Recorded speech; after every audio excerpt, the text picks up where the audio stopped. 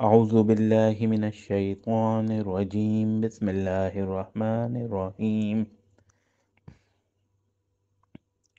معزز سامعین، نماز فجر کی پابندی کرنے والوں کے لیے 10 بشارتیں۔ میں سمجھتا ہوں کہ شاید ہی کوئی بہت بڑا بد نصیب ہوگا جو ان نبوی بشارتوں کو پڑھنے یا سننے کے بعد بھی نماز فجر چھوڑ کر سوتا رہے گا۔ پہلی بشارت، بروز قیامت اسے مکمل نور حاصل ہوگا۔ پیارے رسول صلی اللہ علیہ وآلہ وسلم فرماتے ہیں، ترجمہ: تاریکیوں میں پیدل چل کر مسجد جانے والوں کو قیامت کے دن مکمل نور کی بشارت دے دو۔ رواہ ابو داؤد 561۔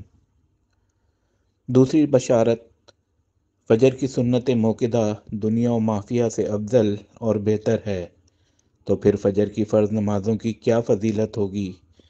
پیارے رسول صلی اللہ علیہ وآلہ وسلم فرماتے ہیں، ترجمہ: فجر کی دونوں رکعتیں یعنی سنت دنیا و مافیہ سے بہتر ہیں۔ رواہ مسلم 725۔ تیسری بشارت، مسجد کی طرف زیادہ قدم چل کر آنے سے زیادہ نیکیوں کا حصول ہوتا ہے۔ پیارے رسول صلی اللہ علیہ وآلہ وسلم فرماتے ہیں، جو بندہ اپنے گھر سے مسجد کے لیے نکلتا ہے تو اس کے ہر ایک قدم پر 10 نیکیاں لکھی جاتی ہیں، اور مسجد میں بیٹھ کر نماز کا انتظار کرنے والا گویا مسلسل نماز پڑھ رہا ہوتا ہے، یہاں تک کہ وہ اپنے اپنے گھر کو لوٹ جائے۔ مسند احمد۔ چوتھی بشارت، نماز فجر میں فرشتے حاضر ہوتے ہیں۔ ارشاد باری تعالیٰ ہے، ترجمہ: نماز کو قائم کریں آفتاب کے ڈھلنے سے لے کر رات کی تاریکی تک، اور فجر کا قرآن پڑھنا بھی یقیناً فجر کے وقت کا قرآن پڑھنا حاضر کیا گیا ہے۔ سورۃ الاسراء 7-8۔ پانچویں بشارت، جہنم سے نجات۔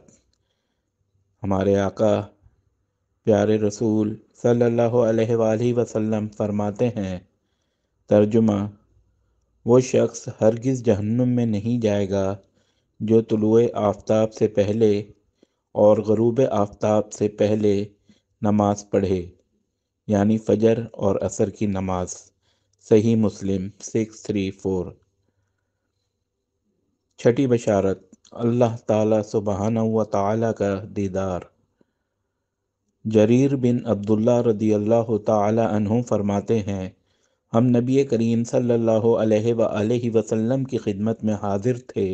آپ صلی اللہ علیہ وآلہ وسلم نے چاند کی طرف نظر اٹھائی جو 14ویں رات کا تھا، پھر فرمایا کہ تم لوگ بے ٹوک اپنے رب کو اسی طرح دیکھو گے جیسے اس چاند کو دیکھ رہے ہو، اسے دیکھنے میں تم کو کسی قسم کی بھی مزاحمت نہ ہوگی۔ یا یہ فرمایا کہ تمہیں اس کے دیدار میں متعلق شبہ نہ ہوگا، اس لیے اگر تم سے سورج کی طلوع اور غروب سے پہلے یعنی فجر اور عصر کی نمازوں کے پڑھنے میں کوتاہی نہ ہو سکے تو ایسا ضرور کرو۔ صحیح البخاری 573۔ ساتویں بشارت، پوری رات تہجد کا ثواب۔ پیارے آقا رسول اللہ صلی اللہ علیہ وآلہ وسلم فرماتے ہیں، جس نے عشاء کی نماز باجماعت ادا کی تو گویا اس نے آدھی رات قیام کیا، اور جس نے صبح کی نماز باجماعت ادا کی تو گویا اس نے پوری رات تہجد پڑھی۔ مسلم 656۔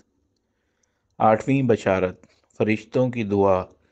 پیارے رسول صلی اللہ علیہ وآلہ وسلم فرماتے ہیں، جو شخص نماز فجر پڑھنے کے بعد اپنی جائے نماز پر بیٹھا رہے تو فرشتے اس کے لیے دعا کرتے ہیں، اور فرشتوں کی دعا یہ ہوتی ہے، اے اللہ جل شانہ اس بندے کی مغفرت فرما، اے اللہ جل شانہ اس بندے پر رحم فرما۔ مسند احمد 1251۔ نویں بشارت، مکمل حج اور عمرے کا ثواب۔ پیارے رسول صلی اللہ علیہ وآلہ وسلم فرماتے ہیں، ترجمہ: جو شخص فجر کی نماز باجماعت ادا کرنے کے بعد طلوع آفتاب تک بیٹھ کر اللہ جل شانہ کا ذکر و اذکار کرتا رہے، پھر 2 رکعت نماز ادا کرے تو اسے پورا پورا حج اور عمرے کا ثواب حاصل ہوگا۔ رواہ الترمذی 586۔ 10ویں بشارت، نماز فجر آفات و مصائب سے حفاظت کی ضامن ہے۔ پیارے رسول صلی اللہ علیہ وآلہ وسلم فرماتے ہیں، ترجمہ: جو شخص صبح کی نماز ادا کر لے تو وہ اللہ کے حفظ و امان میں آ جاتا ہے، یعنی جو صبح کی نماز ادا کر لے تو اللہ پورا دن اس کی حفاظت کرتا ہے۔ صحیح مسلم 657۔ تو میرے پیارے معزز سامعین اور اسلامی بھائیوں سے گزارش ہے کہ ہمیں 5 وقت نماز کی پابندی کرنی چاہیے تاکہ ہماری دنیا و آخرت سنور سکے۔ جزاک اللہ۔